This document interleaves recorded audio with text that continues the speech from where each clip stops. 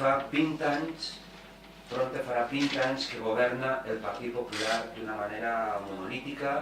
d'una manera més que coneguda, d'una manera que s'ha convertit en una de les principals causes per les quals patim una decadència des del punt de vista institucional, social, econòmic i moral també, per què no dir-ho. Tots els indicadors socioeconòmics, els indicadors de la cohesió social i territorial, de la igualtat d'oportunitats entre persones i entre territoris dins d'una província que és dual com la nostra, tots els indicadors des del punt de vista de la vertebració en matèria d'infraestructures, de sostenibilitat, de mobilitat, tots els indicadors també en matèria d'equilibri, de sosteniment i de creixement, sobretot en alguns llocs de l'àmbit rural, els indicadors de l'equilibri demogràfic són en aquest moment negatius. Objectivament no són bons. Hi ha que fer un canvi de rumbo, un cop de timó imprescindible per tal de no agreujar la deriva en la que es troba la província de Castelló. Objectivament, les xifres de l'atur. Les xifres també de la devaluació, de la degradació de la qualitat i de la dignitat del treball disponible, del poc treball que es pot generar en aquesta època. La desprotecció social dels drets adquirits durant 35 anys de construcció de l'arquitectura social, de l'arquitectura dels drets, de les lleis que han protegit el món laboral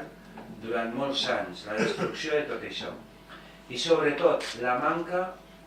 de claretat a l'hora de definir coordenades i model de futur, de tindre una fulla de ruta pactada en els agents socials i econòmics, en els partits polítics, en les institucions que tenen competències en la província de Castelló. No sols la radiografia i el diagnòstic manifestament millorable que hem fet, sinó també les expectatives de futur, la voluntat de tindre clar quin és el paper i el camí que ha de seguir Castelló.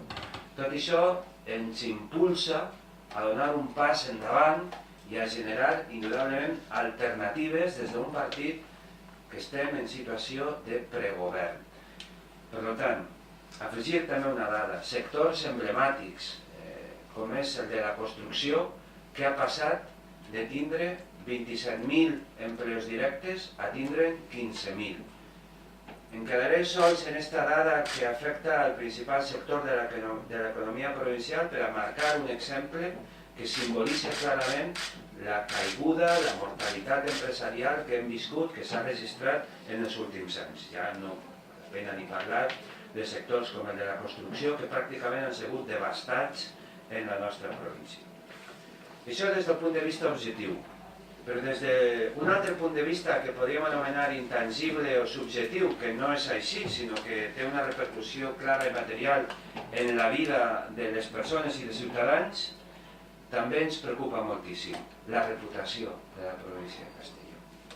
El prestigi de la província de Castelló, que ha sigut dilapidat en base a la decadència de les institucions públiques, dels fets i dels actes tan poc edificants dels seus principals protagonistes, la gestió feta de recursos públics, l'espectacle internacional que hem donat en la gestió de l'aeroport, que és una infraestructura que s'hauria pogut conduir de múltiples formes, però que segurament s'han triat les pitjors possibles. El serial, el culebrón, que ha traslladat la idea de que la província de Castelló és una província on els seus dirigents ni saben fer les coses, ni volen fer les coses, i si les fan, no saben fer-les d'una altra manera que no sigui marcada per les irregularitats, per la foscor i per qüestions que degraden i denigren la vida i el comportament públic.